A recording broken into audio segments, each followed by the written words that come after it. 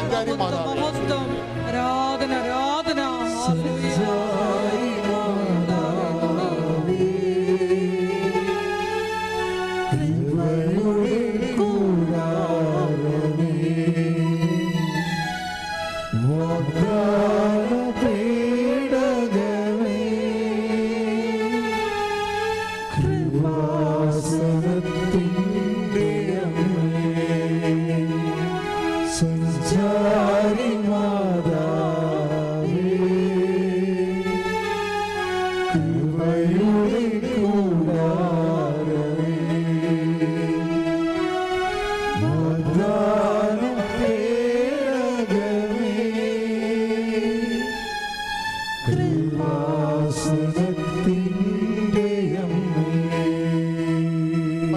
പരമദിവ്യകാരുണ്യത്തിന് ആരാധനയും സ്തുതിയും പുകഴ്ചയും ഉണ്ടായിരിക്കട്ടെ. പരിശുദ്ധ പരമദിവ്യകാരുണ്യത്തിന് ആരാധനയും സ്തുതിയും പുകഴ്ചയും ഉണ്ടായിരിക്കട്ടെ. അപ്പൊ എല്ലാ ഈ ഉടമ്പടി പെട്ടെന്ന് നമുക്ക് അതിൻ്റെ ഫലം കിട്ടാനുള്ള ഏറ്റവും വലിയ മാർഗം എന്താ? മക്കൾ ചെയ്യുന്നതെല്ലാം ദൈവസ്നേഹത്തോടെ ആകണം. അവൻ പറയണ പോലെ ചെയ്യുക എന്നുള്ള പറയുമ്പോൾ നമ്മൾ അവൻ പറയുമ്പോൾ നമുക്ക് സാങ്കേതികമായിട്ട് ചെയ്യാൻ പറ്റും, പക്ഷേ ഇത് വർക്കൗട്ട് ചെയ്യാൻ താമസിക്കും. അവൻ പറയുന്ന പോലെ ചെയ്യാൻ പറയുമ്പോൾ നമ്മൾ ചെയ്യും, പക്ഷേ അത് സാങ്കേതികമാണ്, ടെക്നിക്കലായിട്ടാണ്. പക്ഷേ ചെയ്യുമ്പോൾ ഉണ്ടാകുന്ന വിഷയം, ഇപ്പോൾ ലോകം മുഴുവൻ പോവുക, എല്ലാ സൃഷ്ടികളും സുവിശേഷം പ്രസംഗിക്കാൻ പറഞ്ഞാലും നിങ്ങൾ ഒരു പത്രമാണ് ഒരു ദിവസം കൊടുത്തതെങ്കിലും അത് ദൈവസ്നേഹത്തോടെ കൊടുക്കണം. 50 പത്രം ദൈവസ്നേഹമില്ല കൊടുക്കുന്നതിനേക്കാൾ വിലയാണ് ഒരു പത്രം ദൈവസ്നേഹത്തോടെ കൊടുക്കുന്നത്, ഇല്ലേ? അതുകൊണ്ട് അപ്പോഴാണ് വചനം മെൽറ്റാകണത്. കർത്താവ് ഒരു വാക്ക് പറഞ്ഞായിരുന്നേ, എന്താ പറഞ്ഞത്? എന്നെ സ്നേഹിക്കുന്നവന് ഞാൻ എന്നെ തന്നെ വെളിപ്പെടുത്തും. ഒന്ന് പ്രാർത്ഥിച്ച് ഒന്ന് വായിച്ചു നോക്കിയേ, എടുത്ത് വായിച്ച് ശ്രുതിക്കട്ടെ. ഹല്ലേലൂയ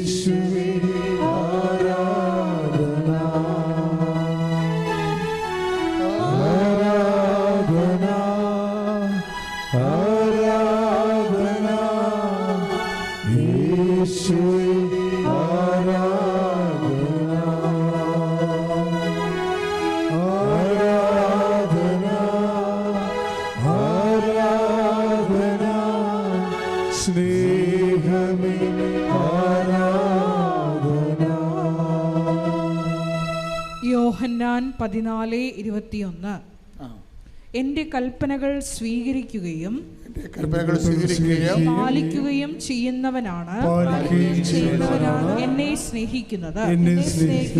എന്നെ സ്നേഹിക്കുന്നവനെ എന്റെ പിതാവും സ്നേഹിക്കും. ഞാനും അവനെ സ്നേഹിക്കുകയും എന്നെ അവന് വെളിപ്പെടുത്തുകയും ചെയ്യും. അപ്പൊ ഇതാണ് വിഷയം. എല്ലാ വെളിപാടുകളും എന്നെ എന്ന് പറഞ്ഞാൽ എന്താണ് എന്ന് പറഞ്ഞ എന്നെ എന്ന് ഏറ്റവും പറഞ്ഞ എന്നെ സ്നേഹിക്കുന്നവന് ഞാൻ സ്നേഹിക്കുകയും എന്നെ അവന് വെളിപ്പെടുത്തുകയും ചെയ്യും. അപ്പൊ ഇതിനൊരു ഭയങ്കര ടെക്നിക്കുണ്ട്. കാര്യം ആരെ വെളിപ്പെടുത്തും? നമ്മൾ ദൈവത്തെ സ്നേഹിക്കുമ്പോൾ ആരെയാണ് നമുക്ക് വെളിപ്പെട്ട് കിട്ടണത്? ഈശോനെ നമുക്ക് വെളിപ്പെട്ട് കിട്ടുകയാണ്. ഈശോ എന്ന് പറയുന്നത് ആരാണ്? സകല വാഗ്ദാനങ്ങളും ക്രിസ്തുവിൽ അതേ എന്ന് തന്നെയാണ്, അല്ലേ?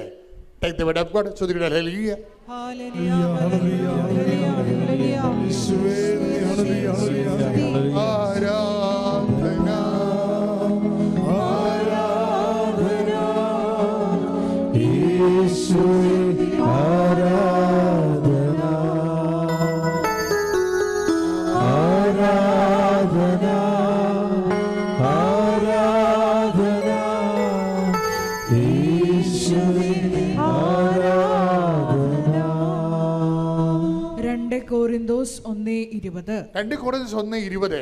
ദൈവത്തിന്റെ സകല വാഗ്ദാനങ്ങളും പറഞ്ഞ ദൈവത്തിന്റെ സകല വാഗ്ദാനങ്ങളും ക്രിസ്തുവിൽ അതേ എന്ന് തന്നെ.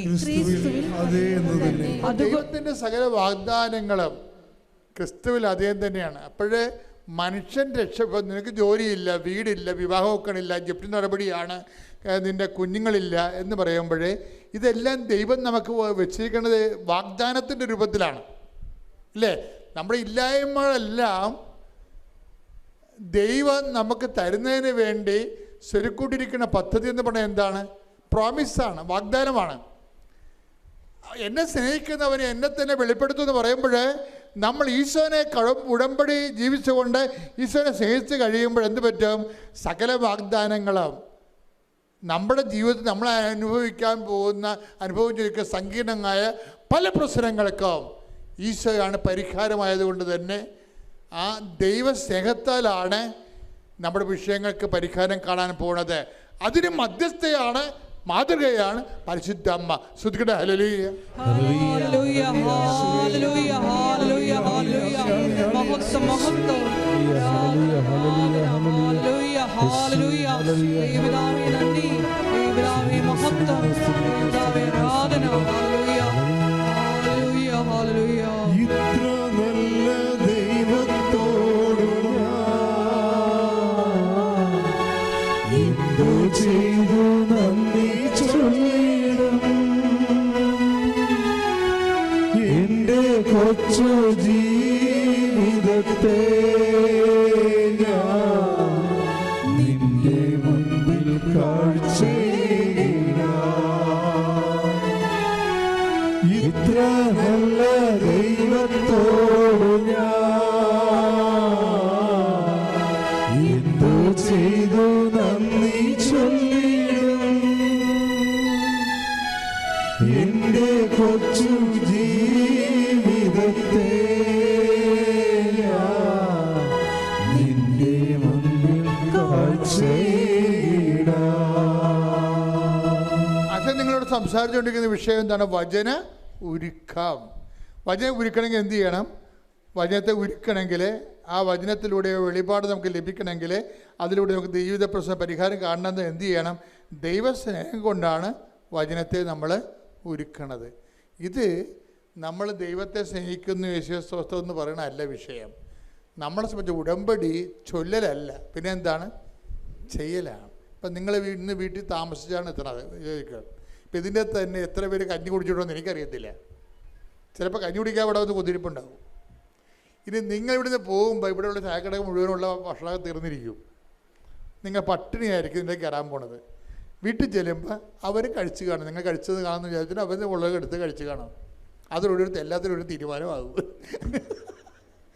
അപ്പോഴും പറയും അപ്പോൾ എവിടെയെങ്കിലും കേട്ടെ, എവിടെ മഴ കിടക്കട്ടെ, വല്ല വെള്ളം കുടിച്ച് കിടക്കട്ടെ, ഒരു ദിവസം ഒരു ആഹാരം കഴിച്ചില്ലെങ്കിൽ ചത്തൊന്നും പോകത്തില്ലെന്ന് പറഞ്ഞിട്ട് വീട്ടിലുള്ളവർ പിച്ചും പേയൊക്കെ പറഞ്ഞുകൊണ്ടിരിക്കും. അവിടെ നിങ്ങൾക്ക് ഇവരോട് സ്നേഹം തോന്നണം. പിടികിട്ടിയ വചനം ഒരുക്കം അങ്ങനെ സംഭവിക്കുന്നത്. അമ്മയാണ് അതിൻ്റെ മാതൃക. ഹൃദയത്തിൽ സംഗ്രഹിച്ചു, അതിനെക്കുറിച്ച് ധ്യാനിച്ചു. അതാണ് വിഷയം.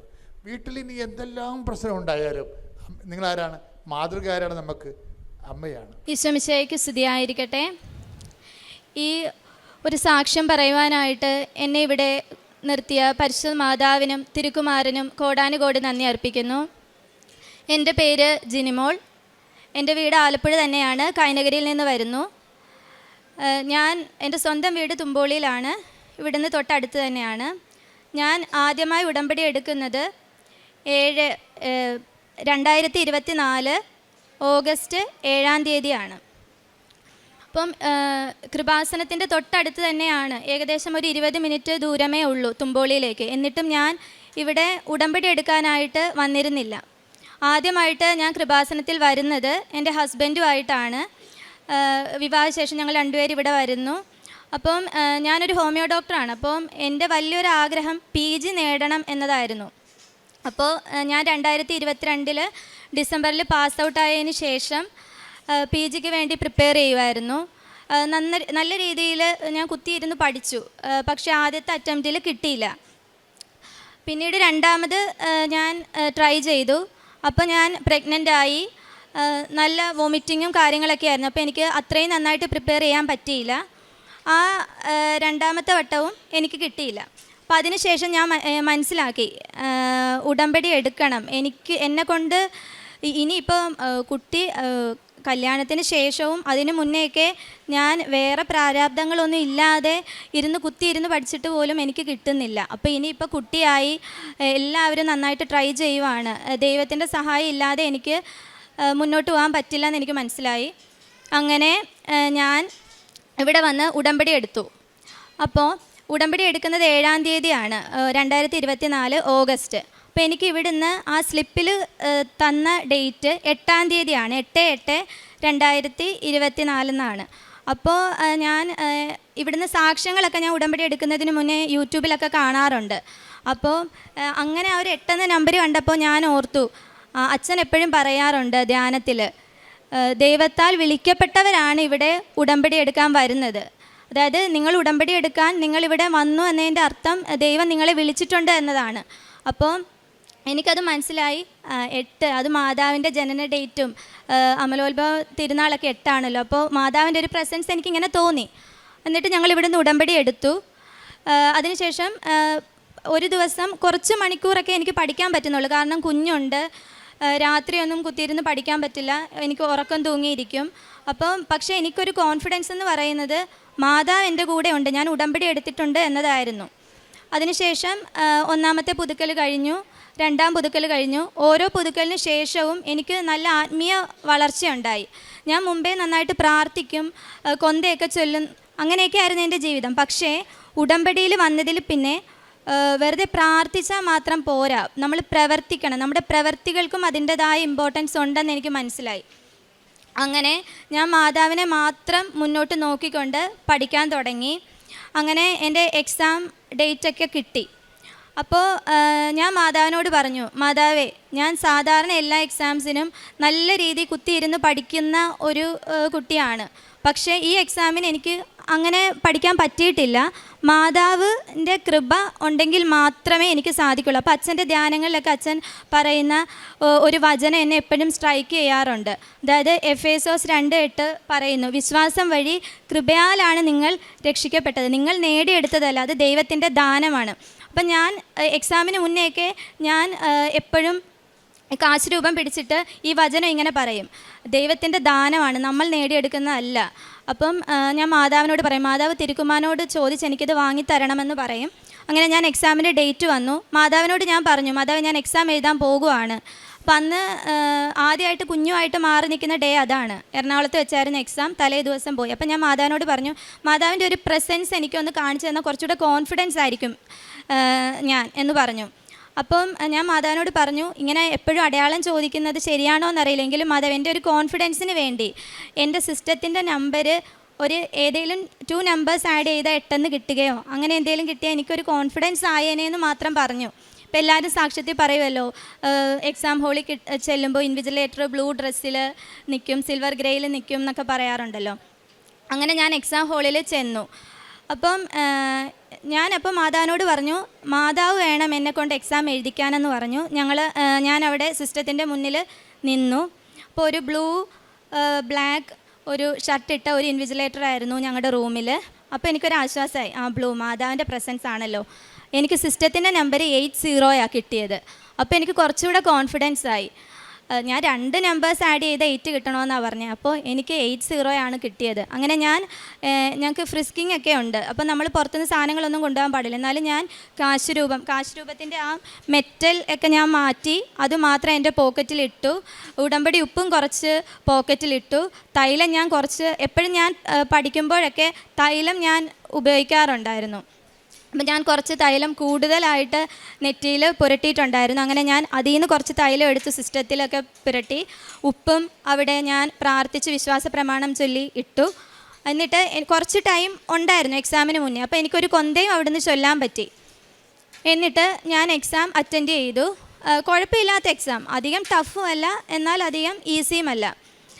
അങ്ങനെ എക്സാം കഴിഞ്ഞ് ഞാൻ ആൻസർ കീ നോക്കിയില്ല. ഞാൻ മാതാവിനെ ഏൽപ്പിച്ചു. ഞാൻ ഉടമ്പടി എടുത്തല്ലേ, എന്തായാലും എനിക്ക് മാതാവ് തരും, കാരണം എനിക്ക് മുന്നോട്ടുള്ള ജീവിതത്തിൽ മാതാവ് എനിക്ക് പിന്നെ ഇപ്പം നമ്മൾ ഉടമ്പടി എടുത്തതിന് ശേഷം മറ്റുള്ളവരെ ഹെൽപ്പ് ചെയ്യാനൊക്കെ ഞാൻ ഹസ്ബൻഡിൻ്റെ കയ്യിൽ നിന്ന് പൈസ വാങ്ങിച്ചാണ് ഹെൽപ്പ് ചെയ്യുന്നത്. ഹസ്ബൻഡ് ഒരു മടിയും കൂടാതെ അതിന് എൻ്റെ കൂടെ തന്നെ നിൽക്കും, എല്ലാ സപ്പോർട്ടിനും. അപ്പം ഞാൻ പറയും, മാതാവ് എനിക്ക് PG കിട്ടിയാൽ അത്യാവശ്യം നല്ല സ്റ്റൈപ്പൻഡ് ഉണ്ട്, എനിക്ക് ആ പൈസയിൽ നിന്ന് മറ്റുള്ളവരെ ഹെൽപ്പ് ചെയ്യാൻ പറ്റും, പിന്നെ നല്ലൊരു എക്സ്പീരിയൻസ് 3 വർഷം PGക്ക് പഠിക്കണം കിട്ടും. ഞാനൊരു ഹോമിയോ ഡോക്ടറാണ്, അപ്പോൾ PG കിട്ടിയാലേ എനിക്ക് സാധ്യതകൾ മുന്നോട്ടുള്ളൂ എന്ന് ഞാൻ എപ്പോഴും മാതാവിനോട് പറയും. അങ്ങനെ എക്സാം കഴിഞ്ഞു. ഞാൻ ഉടമ്പടി നിബന്ധനകൾ എന്നെക്കൊണ്ട് പറ്റുന്ന രീതിയിലെല്ലാം ഞാൻ കാത്തുകൊണ്ട് മുന്നോട്ട് പോയി. ആൻസർ കീ നോക്കുന്നില്ലായിരുന്നു. അങ്ങനെ റിസൾട്ട് വന്നപ്പോൾ 5000 പേര് എഴുതുന്ന എക്സാമാണ്. അപ്പോൾ അതിൽ കേരളത്തിൽ 60 താഴെ സീറ്റുള്ളൂ, ഓൾ ഇന്ത്യയിൽ 300-ൽ താഴെ സീറ്റുള്ളൂ. പക്ഷേ എനിക്ക് റാങ്ക് 300-ന് താഴെ കിട്ടണം. പക്ഷേ എനിക്ക് റാങ്ക് 636 കിട്ടില്ല. 100% മാനുഷികമായി നോക്കിയാൽ കിട്ടില്ല. അപ്പോൾ എനിക്കത് ഭയങ്കര ഷോക്കായിപ്പോയി, ഭയങ്കര വിഷമിച്ച് ഞാൻ റൂമിലിരിക്കുവാണ്. അപ്പോൾ ഹസ്ബൻഡ് വന്നപ്പോൾ ഞാൻ പറഞ്ഞു, മാതാവിൻ്റെ പ്രസൻസ് എനിക്ക് എൻ്റെ കൂടെ എപ്പോഴും ഉണ്ട്, പക്ഷേ എന്തു പറ്റി ഇങ്ങനെ? അപ്പോൾ ഹസ്ബൻഡ് പറഞ്ഞു, മുന്നോട്ട് പ്രാർത്ഥിക്ക്, കലപ്പയിൽ കൈവച്ചാൽ പിന്തിരിഞ്ഞ് നോക്കണ്ടെന്നല്ലേ, മാതാവ് കൂടെ ഉണ്ടെന്ന് പറഞ്ഞു. അങ്ങനെ പിന്നെ ഞാൻ പ്രാർത്ഥനയിൽ ഞാൻ പിന്തിരിഞ്ഞില്ല. ഞാൻ പറയും, എന്തായാലും അഡ്മിഷനൊന്നും തുടങ്ങിയില്ലല്ലോ, മാതാവ് അത്ഭുതം പ്രവർത്തിക്കും. അച്ഛൻ എപ്പോഴും ധ്യാനത്തിൽ പറയാറുണ്ട്, നിങ്ങൾ നടക്കുന്ന കാര്യങ്ങൾ പ്രാർത്ഥിക്കുന്നതിനേക്കാൾ ഉപരി അസാധ്യമായ കാര്യങ്ങൾ പ്രാർത്ഥിക്കണം. 636 റാങ്കുള്ള എനിക്ക് PGക്ക് അഡ്മിഷൻ കിട്ടുന്ന അസാധ്യമാണ്. അത് ഇപ്പം ഫ്രണ്ട്സിനോടൊക്കെ നമ്മൾ സംസാരിക്കുമ്പോൾ അത് കിട്ടില്ലെന്നറിയാം, അസാധ്യമായ കാര്യമാണ് 100%. പക്ഷേ ഞാൻ ആ ഹോപ്പ് വിട്ടില്ല. മാതാവ് ഉണ്ടല്ലോ, മാതാവ് എനിക്ക് നടത്തി തരും. അപ്പം എൻ്റെ കുഞ്ഞിന് ഇപ്പോൾ 1.5 വയസ്സുണ്ട്. അപ്പോൾ ആ കുഞ്ഞ് എന്നെ നോക്കി ഓരോ കാര്യങ്ങൾ കാണിക്കുന്ന പോലെ ഞാൻ മാതാവിനോട് നോക്കിയിട്ട് പറയും, മാതാവ് എനിക്ക് അമ്മയാണുള്ളത്, അമ്മയുടെ കുഞ്ഞിനെ പോലെ എൻ്റെ ആവശ്യങ്ങളിൽ മാതാവ് ഇടപെടണം. എനിക്കിപ്പോൾ ഈ PG കിട്ടിയില്ലെങ്കിലും മാതാവ് എൻ്റെ കൂടെ ഉണ്ടാവണം എൻ്റെ ജീവിതത്തിൽ മുന്നോട്ട്. മാതാവിൽ നിന്നും തിരുക്കുമാരിൽ നിന്നും ഒരിക്കലും അകലാൻ എനിക്കിടയാവരുത്. എപ്പോഴും ഉടമ്പടി നിബന്ധനകൾ പാലിച്ചുകൊണ്ട് ജീവിതാവസാനം വരെ എനിക്ക് മുന്നോട്ട് പോകണം. നിങ്ങൾ മതി എനിക്ക് കൂടെ എന്ന് ഞാൻ പറയുമായിരുന്നു. എനിക്കിത് സീറ്റ് തരണമെങ്കിൽ മാതാവ് തരിക, പക്ഷേ ഞാൻ ഹോപ്പ് കൈവിട്ടില്ല. അങ്ങനെ അഡ്മിഷൻ്റെ അലോട്ട്മെൻറ്റ് ഓപ്ഷൻസൊക്കെ വെച്ചു, ഞാനും ഓപ്ഷൻസ് എല്ലാം വെച്ചു. അപ്പം ഞാൻ പഠിച്ചത് മുമ്പ് കോഴിക്കോടാണ്. അപ്പം ഈ PGയും എനിക്ക് കോഴിക്കോട് തന്നെ കിട്ടണമെന്നായിരുന്നു ആഗ്രഹം. ഒരു കേരളത്തിൽ LC, ഞാൻ ലാറ്റിൻ കാത്തലിക്കാണ്, ഒരു സീറ്റ് റിസർവേഷനുണ്ട്. പക്ഷേ അത് 200 ബിലോ ഉള്ളവർക്ക്, അല്ലെങ്കിൽ കൂടിപ്പോയ 300 ബിലോ ഓൾ ഇന്ത്യ റാങ്ക് ഉള്ളവർക്കേ അത് കിട്ടുള്ളൂ. അങ്ങനെ ഓപ്ഷൻസ് വെച്ചു. ഫസ്റ്റ് അലോട്ട്മെൻറ്റിൽ 233 റാങ്കുള്ള കുട്ടിക്ക് LC റിസർവേഷനിൽ കിട്ടി. എൻ്റെ വഴികളൊക്കെ അടഞ്ഞു, ഇനി എനിക്ക് കിട്ടില്ല. അപ്പം എൻ്റെ അതേ റാങ്കുള്ളവരൊക്കെ ഇനിയും നെക്സ്റ്റ് റിപ്പീറ്റ് ചെയ്യാനായിട്ട് കോച്ചിങ്ങിനൊക്കെ കയറി. അപ്പോൾ ഞാനും ഇപ്പോൾ ഫ്രണ്ട്സ് പറഞ്ഞപ്പോൾ കിട്ടിയില്ലെങ്കിൽ കോച്ചിങ്ങിന് കയറാമെന്നൊക്കെ എല്ലാവരും പറഞ്ഞ് നിൽക്കുന്ന ടൈമിലും ഞാനും ഹസ്ബൻഡും മാതാവിൻ്റെ കൂടെ ചേർന്ന് നിന്നു. 4ാമത്തെ പുതുക്കലിൽ ഞാനിവിടെ വന്നു. എന്നിട്ട് ഞാൻ മാതാവിനെ ഇങ്ങനെ നോക്കി നിന്നു. എന്നിട്ട് മാതാവിൻ്റെ ഒരു ഇടപെടൽ എനിക്ക് ഉണ്ടാകണം. എൻ്റെ ത്രൂ ഔട്ട് മാതാവിൻ്റെ പ്രസൻസ് എനിക്ക് ഫീൽ ചെയ്തതാണ്. മാതാവിൻ്റെ ഇടപെടൽ ഉണ്ടാകണമെന്ന് പറഞ്ഞു. അങ്ങനെ ഞാൻ പറഞ്ഞു, 25-ാം തീയതി റാലിയാണല്ലോ മാതാവേ, അതിന് മുന്നേ താങ്ക്ഫുള്ളായിട്ട് ഒരു നന്ദിയോടെ എനിക്ക് ആ റാലിയിൽ പങ്കെടുക്കാൻ സാധിക്കണം. ആദ്യമായിട്ടാണ് റാലിയിൽ പങ്കെടുക്കണമെന്ന് ഞാൻ ആഗ്രഹിക്കുന്നതെന്ന് പറഞ്ഞു. അങ്ങനെ 23-ാം തീയതി വൈകിട്ട് പ്രൊവിഷണൽ ലിസ്റ്റ് ഇട്ടു, സെക്കൻഡ് അലോട്ട്മെൻറ്റ്. ആ സെക്കൻഡ് അലോട്ട്മെൻറ്റിൽ അത്ഭുതകരമായിട്ട് എനിക്ക് എൻ്റെ മുന്നേ ഉള്ള കുട്ടി, അതായത് LC റിസർവേഷനിൽ കിട്ടിയ കുട്ടിക്ക് മെറിറ്റ് സീറ്റിലേക്കും കിട്ടി. ആ ഒഴിവിലേക്ക് എനിക്ക് സെക്കൻഡ് അലോട്ട്മെൻറ്റിൽ കോഴിക്കോട് ഹോമിയോ മെഡിക്കൽ കോളേജിൽ അഡ്മിഷൻ കിട്ടി. അത് ഭയങ്കര ഇമ്പോസിബിൾ ആയിട്ടുള്ള കാര്യമാണ്. ഞാൻ എന്നിട്ട് ആ ഒരു ടൈമിൽ ഞാൻ മാതാവിനോട് നന്ദി പറഞ്ഞു. എന്നിട്ട് ഞാൻ പറഞ്ഞു, എന്തായാലും എൻ്റെ ഡേറ്റ്, ഞാൻ റാലി പങ്കെടുത്തിട്ടേ പോയി ജോയിൻ ചെയ്യുള്ളൂ, വിത്തിൻ 4 ഡേയ്സ് നമ്മൾ പോയി ജോയിൻ ചെയ്യണമെന്നാണല്ലോ. അങ്ങനെ ഞാൻ 25-ാം തീയതി റാലിയിൽ പങ്കെടുത്തതിന് ശേഷം ഞാൻ ജപമാല ചൊല്ലി റാലിയിൽ പങ്കെടുത്തു. അതിനുശേഷം 27-ാം തീയതി ഞാൻ പോയി കാലിക്കറ്റിൽ ജോയിൻ ചെയ്തു. അപ്പോൾ അവിടെ പഠിച്ചിരുന്ന എൻ്റെ ബാച്ചിൽ പഠിച്ച് മുമ്പ് PG കിട്ടിയവരൊക്കെ പറഞ്ഞു, ഇപ്രാവശ്യം എല്ലാവർക്കും അഡ്മിഷൻ കിട്ടിയത് എന്തൊരു മിറാക്കിളാണല്ലേ, ഈ ഇത്രയും റാങ്ക് താഴെയുള്ളവർക്കൊക്കെ അഡ്മിഷൻ കിട്ടിയല്ലോ എന്ന് പറഞ്ഞു. അപ്പോൾ എനിക്കിത് സാധ്യമായത്, ഇത് അസാധ്യമായ കാര്യമാണ്. അത് സാധ്യമാക്കി തന്ന പൊന്നു മാതാവിനും തിരുക്കുമാരനും കോടാനുകോടി നന്ദി അർപ്പിക്കുന്നു. അതിൻ്റെ കൂടെ തന്നെ ഞാൻ പറയട്ടെ, ഞാൻ എൻ്റെ എക്സാം എഴുതി കഴിഞ്ഞിട്ട് റിസൾട്ട് വരാനൊരു 3 മാസം ഗ്യാപ്പുണ്ട്. അപ്പോൾ ഞാൻ മാതാവിനോട് പറഞ്ഞു, മാതാവ് എനിക്ക് എക്സ്പീരിയൻസ് ഒന്നുമില്ല, ഒരു നല്ല ഡോക്ടറിൻ്റെ കീഴിൽ എനിക്കൊരു 2-3 മാസമെങ്കിലും ഒരു എക്സ്പീരിയൻസ് കിട്ടിയിരുന്നെങ്കിലെന്ന് ഞാൻ പ്രാർത്ഥിച്ചു. ആലപ്പുഴയിൽ തന്നെ ഒരു ബെസ്റ്റായിട്ടുള്ള ഡോക്ടറിനെ പോയി കാണുകയും സാറിൻ്റെ കൂടെ ഒരു എക്സ്പീരിയൻസിനായിട്ട് ഇരുത്തുകയും ചെയ്തു. അതും മാതാവിൻ്റെ വലിയ കൃപയാലാണ്. അതോടൊപ്പം തന്നെ ഈ ഞാൻ വെച്ച 6 നിയോഗങ്ങളിൽ എൻ്റെ ആദ്യത്തെ നിയോഗമായിരുന്നു ഇത്. ബാക്കി എല്ലാ കാര്യങ്ങളിലും മാതാവിൻ്റെ വലിയ ഇടപെടലുകൾ ഉണ്ടായിട്ടുണ്ട്. അതെല്ലാം സാധ്യമായതിനു ശേഷം എനിക്കിവിടെ വന്ന് സാക്ഷ്യം പറയാൻ സാധിക്കുമെന്ന് ഞാൻ വിശ്വസിക്കുന്നു. പ്രേക്ഷിത പ്രവർത്തനം എല്ലാ മാസവും ഞാനിവിടെ വന്ന് പത്രം വാങ്ങിക്കും. എന്നിട്ട് ഞാനും ഹസ്ബൻഡും കൂടെയാണ് എല്ലാ വീടുകളിലും, അത് ക്രിസ്ത്യൻസ് ആണെങ്കിലും നോൺ ക്രിസ്ത്യൻസ് ആണെങ്കിലും ഞങ്ങൾ 2 പേരും കൂടെ കൊണ്ട് ചെന്ന് കൊടുക്കുമ്പോൾ ആദ്യമൊക്കെ നമുക്കറിയാവുന്നവർക്കായിരുന്നു കൊടുക്കുന്നത്. 4ാമത്തെ ഉടമ്പടി പുതുക്കി കഴിഞ്ഞിട്ട് ഞാൻ ഓർത്തു നമുക്ക് സ്ട്രേഞ്ചേഴ്സ് ആയവർക്കൊക്കെ കൊണ്ട് കൊടുക്കണം. അങ്ങനെ ഞങ്ങളിപ്പോൾ ഏതെങ്കിലും ലാബിലോ ഡോക്ടറിൻ്റെ അടുത്തൊക്കെ പോകുമ്പോൾ തൊട്ടടുത്തിരിക്കുന്നവർക്ക് കൊടുക്കും. പിന്നെ കൃപാസനത്തെക്കുറിച്ച് പറയാനുള്ള ആദ്യമൊക്കെ അങ്ങനെ കൃപാസനത്തെക്കുറിച്ച് പറയാനൊരു മടിയായിരുന്നു. പക്ഷേ പിന്നെ അതിനുള്ളൊരു ധൈര്യം കിട്ടി. അവരെങ്ങനെ എടുത്താലും ദൈവത്തെക്കുറിച്ച് പറയാൻ പറ്റുമല്ലോ, കൃപാസനത്തെക്കുറിച്ച് പരിശുദ്ധ അമ്മയെക്കുറിച്ച് പറയാൻ പറ്റുമല്ലോ. അങ്ങനെ ആ ധൈര്യത്തോടെ മറ്റുള്ളവരോട് മാതാവിനെക്കുറിച്ച് പറയുവാൻ സാധിച്ചിട്ടുണ്ട്. പിന്നെ ഇപ്പോൾ ഫുഡിന് എവിടെയെങ്കിലും ഞങ്ങൾ പുറത്ത് ഫുഡ് കഴിക്കാനൊക്കെ പോകുമ്പോൾ ആർക്കെങ്കിലും ഭക്ഷണത്തിനായിട്ട് ആരെങ്കിലും ഇരിക്കുന്ന കണ്ടാൽ, അവർക്ക് പൈസ ഇല്ലെന്ന് കണ്ടാൽ ഹസ്ബൻഡിൻ്റെ അടുത്തുനിന്ന് ചോദിച്ചാണ് ഞാൻ കൊടുക്കുന്നത്. കാരണം എനിക്ക് സ്വന്തമായിട്ട് ഏണിങ് ഇല്ല. അപ്പോൾ അങ്ങനെ ഹസ്ബൻഡ് അപ്പോൾ തന്നെ തരും, ഞങ്ങൾ ഫുഡ് വാങ്ങിച്ചു കൊടുക്കും. അപ്പോൾ ഞാൻ മാതാവിനോട് പറയും, മാതാവേ ഇനി അടുത്ത വട്ടം എനിക്ക് എൻ്റെ ഏണിങ്ങിൽ കൊടുക്കാൻ സാധിക്കണമേ എന്ന് ഞാൻ പ്രാർത്ഥിക്കുമായിരുന്നു. പിന്നെ പ്രേക്ഷിത പ്രവർത്തനമായിട്ട് എൻ്റെ ഒരു സ്വഭാവം അനുസരിച്ച് ഞാനിപ്പോൾ എന്തെങ്കിലും നമുക്ക് ഡ്രസ്സോ എല്ലാം എക്സ്ട്രാ ഉണ്ടെങ്കിൽ അത് സൂക്ഷിച്ച് വെക്കുന്ന ടൈപ്പായിരുന്നു. പിന്നീട് യൂസ് ചെയ്യാമല്ലോ എന്ന് വിചാരിച്ചു. പക്ഷേ ഉടമ്പടി എടുത്തതിന് ശേഷം ഞാൻ ഇപ്പം എൻ്റെ ഡ്രസ്സാണെങ്കിലും കുഞ്ഞിന് ഇപ്പം മാമോദീസയ്ക്കും ബർത്ത്ഡേക്കൊക്കെ കിട്ടിയ എക്സ്ട്രാ ഉള്ള ഡ്രസ്സുകളും കാര്യങ്ങളൊക്കെ ഞാൻ അങ്ങനെ സൂക്ഷിച്ച് വെക്കാതെ എക്സ്ട്രാ ഉള്ളതെടുത്ത് പാവപ്പെട്ട കുഞ്ഞുങ്ങളുടെ കയ്യിലെത്തുന്ന രീതിയിൽ ഓരോ വിശ്വസിച്ച് നമുക്ക് ഏൽപ്പിക്കാൻ പറ്റുന്ന ചാരിറ്റബിൾ സൊസൈറ്റിയിൽ കൊണ്ട് ഞാൻ ഹസ്ബൻഡും കൂടെ കൊണ്ടുചെന്ന് കൊടുക്കുമായിരുന്നു. പിന്നീട് എനിക്ക് ജപമാല, ഇപ്പോൾ ഒരു ദിവസം ഞാൻ ഒരു ജപമാല മസ്റ്റായിട്ട് പണ്ട് മുതലേ ചൊല്ലും. പക്ഷേ മാക്സിമം ജപമാല ചൊല്ലണം. 1000 ജപമാല എന്നെക്കൊണ്ട്, ഇപ്പോൾ കുട്ടിയുണ്ട് പഠിക്കണം, എന്നാലും നമ്മൾ സന്ധ്യപ്രാർത്ഥന ചൊല്ലുന്നതല്ലാതെ എക്സ്ട്രാ ജപമാലകൾ ചൊല്ലണം, എന്നിട്ട് അതുകൊണ്ടൊരു മാല ഉണ്ടാക്കണമെന്നൊക്കെ എനിക്ക് ആഗ്രഹമുണ്ടായി. അങ്ങനെ ഞാൻ ഓരോ ദിവസവും ഇപ്പോൾ ട്രാവൽ ചെയ്യുമ്പോൾ ഞാൻ ക്ലിനിക്കിലേക്ക് പോവുകയോ അല്ലെങ്കിൽ ഞങ്ങൾ പുറത്ത് പോവുകയൊക്കെ ചെയ്യുമ്പോൾ ജപമാല എപ്പോഴും എൻ്റെ കയ്യിലുണ്ടാകും. അങ്ങനെ ഞാൻ ഓരോ ജപമാല ചൊല്ലി ഒരു പേപ്പറിൽ I love you Jesus, Ave Maria എന്ന് എഴുതി മടക്കി വിടും. അതൊരു 1000 ആക്കി ഒരു മാല ഉണ്ടാക്കണമെന്നാണ് ആഗ്രഹം. ഇപ്പം ഒരു 600+ ജപമാലകളായിട്ടുണ്ട്.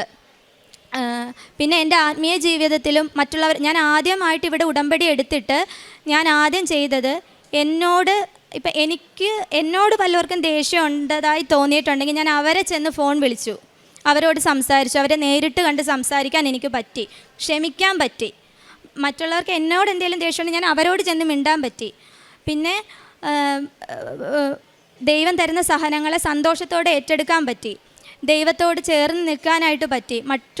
നമ്മുടെ എക്സ്പീരിയൻസിലൂടെ മറ്റുള്ളവരെ ദൈവത്തിലേക്ക് എനിക്ക് അടുപ്പിക്കാൻ പറ്റി, മറ്റുള്ളവരുടെ വേദനകൾ കേൾക്കാൻ പറ്റി.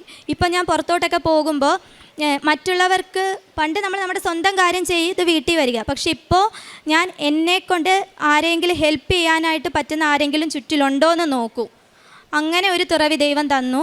നമ്മളെക്കൊണ്ട് പറ്റുന്ന ഹെൽപ്പുകൾ മറ്റുള്ളവർക്ക് ചെയ്യാനായിട്ട് സാധിക്കുന്നുണ്ട്.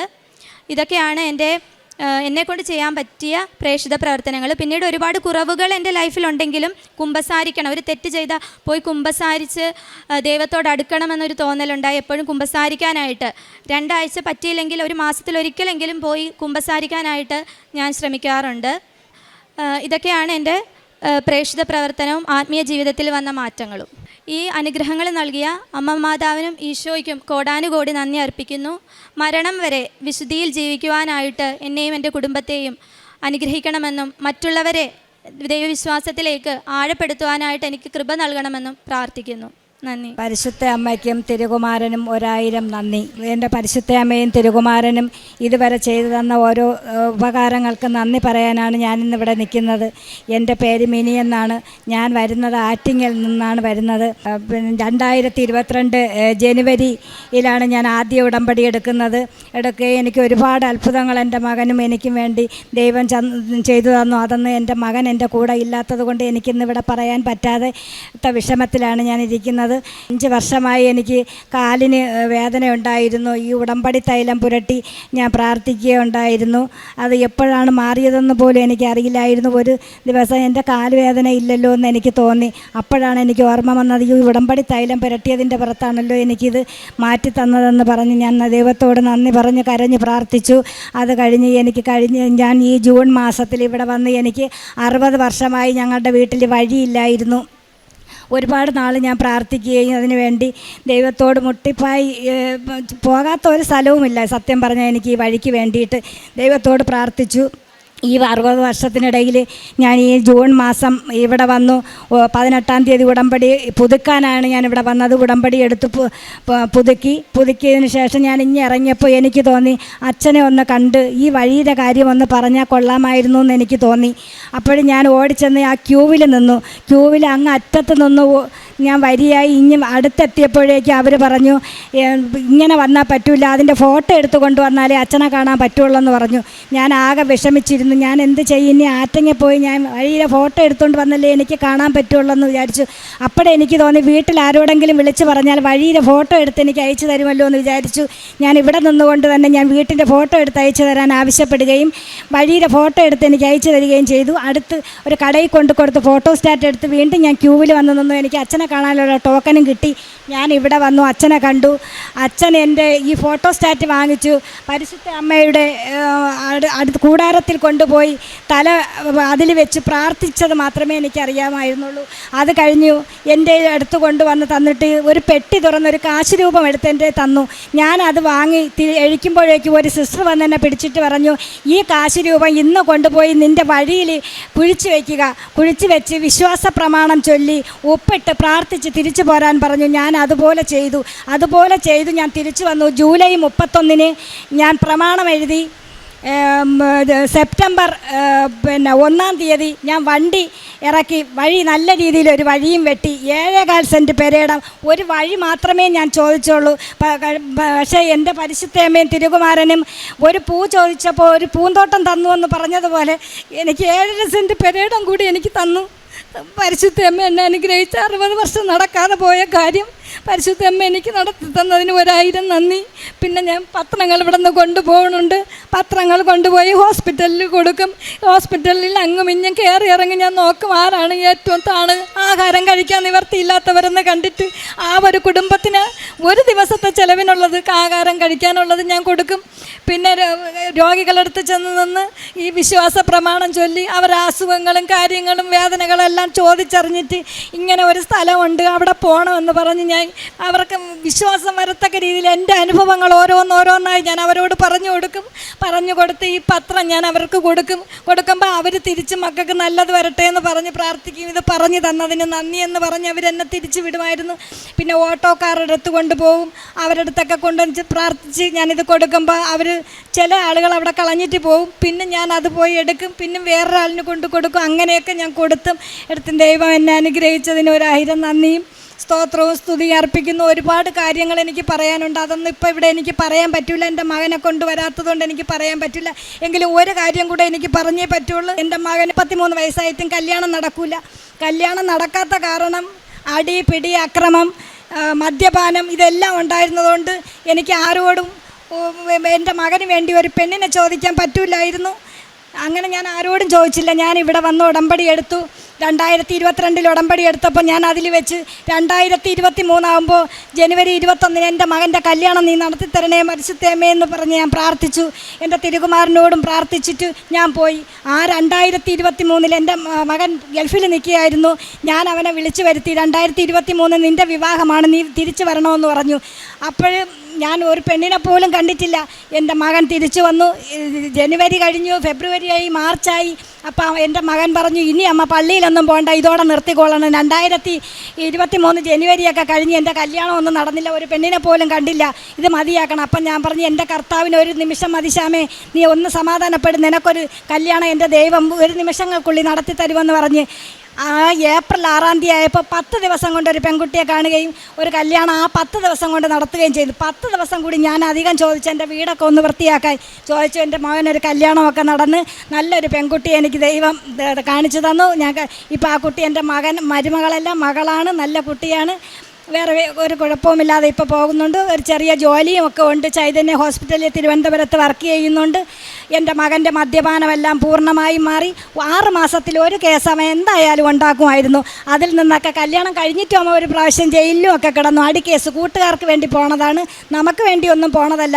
അതിൽ നിന്നെല്ലാം ഇപ്പോൾ 1 വർഷം കൊണ്ട് എനിക്കൊരു സമാധാനവും സന്തോഷവും തന്ന് ദൈവമാതാവും തിരുകുമാരൻ എന്നെ അനുഗ്രഹിച്ചതിനായി 1000 നന്ദിയും സ്തോത്രവും സ്തുതിയും അർപ്പിക്കും.